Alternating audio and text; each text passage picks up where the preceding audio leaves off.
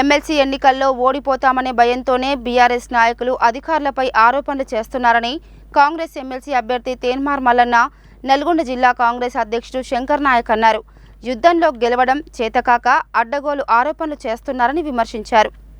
నల్గొండలోని MLC ఎన్నికల counting కేంద్రం వద్ద కాంగ్రెస్ ఎమ్మెల్సీ అభ్యర్థి తేన్మార్ మల్లన్న, నల్గొండ జిల్లా కాంగ్రెస్ అధ్యక్షుడు శంకర్ నాయక్ మీడియాతో మాట్లాడారు. పట్టభద్రుల ఎమ్మెల్సీ ఎన్నికల్లో 100 కోట్లు ఖర్చు చేసి గెలవాలని కేటీఆర్ అనేక ప్రయత్నాలు చేశారని ఆరోపించారు. బీఆర్ఎస్ నాయకుల ఆరోపణలు చూస్తుంటే ఓటమిని ఒప్పుకున్నట్లుగా ఉందని అన్నారు. తేన్మార్ మల్లన్నపై అనేక రకాలుగా బురద చల్లే ప్రయత్నాలు చేశారని, అవన్నీ బెడిసికొట్టాయని అన్నారు. పట్టభద్రులు ఓట్లు వేస్తే తేన్మార్ మల్లన్న గెలుస్తున్నారని, దీనిని ఓర్వలేకనే బీఆర్ఎస్ నాయకులు ఆరోపణలు చేస్తున్నారని అన్నారు. ఓటమి భయంతో అకారణంగా బురద చల్లడం సరైంది కాదని అన్నారు. మీడియా సమావేశంలో నల్గొండ పట్టణ కాంగ్రెస్ అధ్యక్షుడు గుమ్మల మోహన్ రెడ్డి, నల్గొండ మున్సిపల్ చైర్మన్ బోరి శ్రీనివాస్ రెడ్డి తదితరులున్నారు. ఎమ్మెల్సీ ఎన్నికల ఫలితం మీడియా కంటే ముందు, అధికార పక్షంలో ఉన్న మా కంటే ముందు, అధికారుల కంటే ముందు తెలుసుకున్నటువంటి బీఆర్ఎస్ పార్టీ ఈ పట్టభద్రుల ఎమ్మెల్సీ ఎన్నికల్లో గట్టెక్కే పరిస్థితి లేదని, కౌంటింగ్ హాల్ నుంచి ఉత్త చేతులతో పోవడం ఎందుకని అధికారుల మీద మన్ను పోసిపోయే కార్యక్రమం చేస్తాం. వాళ్ళ ఫ్రస్ట్రేషన్ మేము అర్థం చేసుకోగలుగుతాం, వాళ్ళ బాధను అర్థం చేసుకోగలుగుతాం.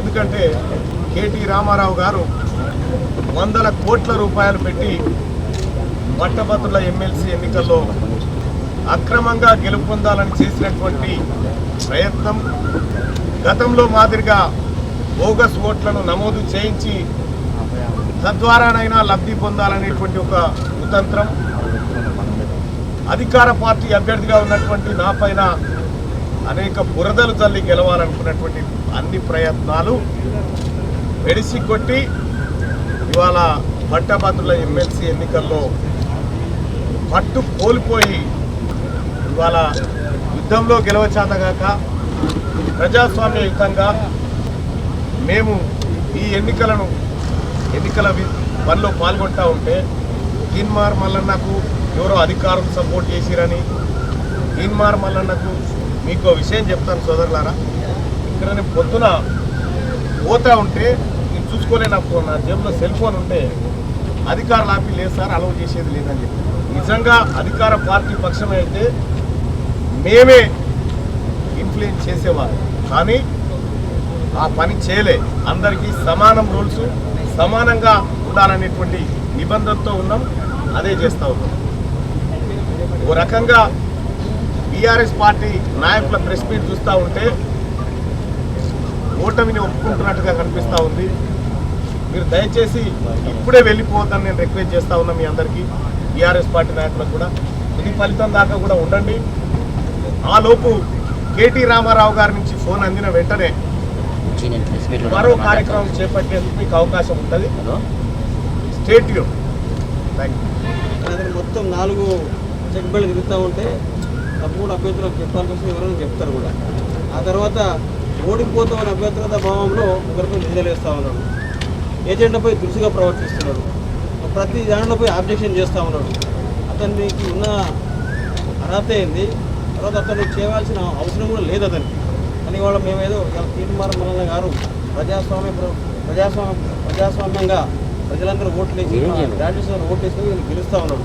దాన్ని ఓర్వలేక భూపాల్ రెడ్డి గారు రకరకాల ఆరోపణలు చేస్తూ ఉన్నారు, అధికారుల మీద బురద పూస్తూ ఉన్నారు. కాబట్టి మేము ఒకటే చెప్తా ఉన్నాం, ఇలా కాంగ్రెస్ పార్టీ అంటే డిసిప్లిన్ ఉంటుంది. మేమందరం ఒక క్రమశిక్షణగా ఉంటాం అందరం, మా టీం అంతా.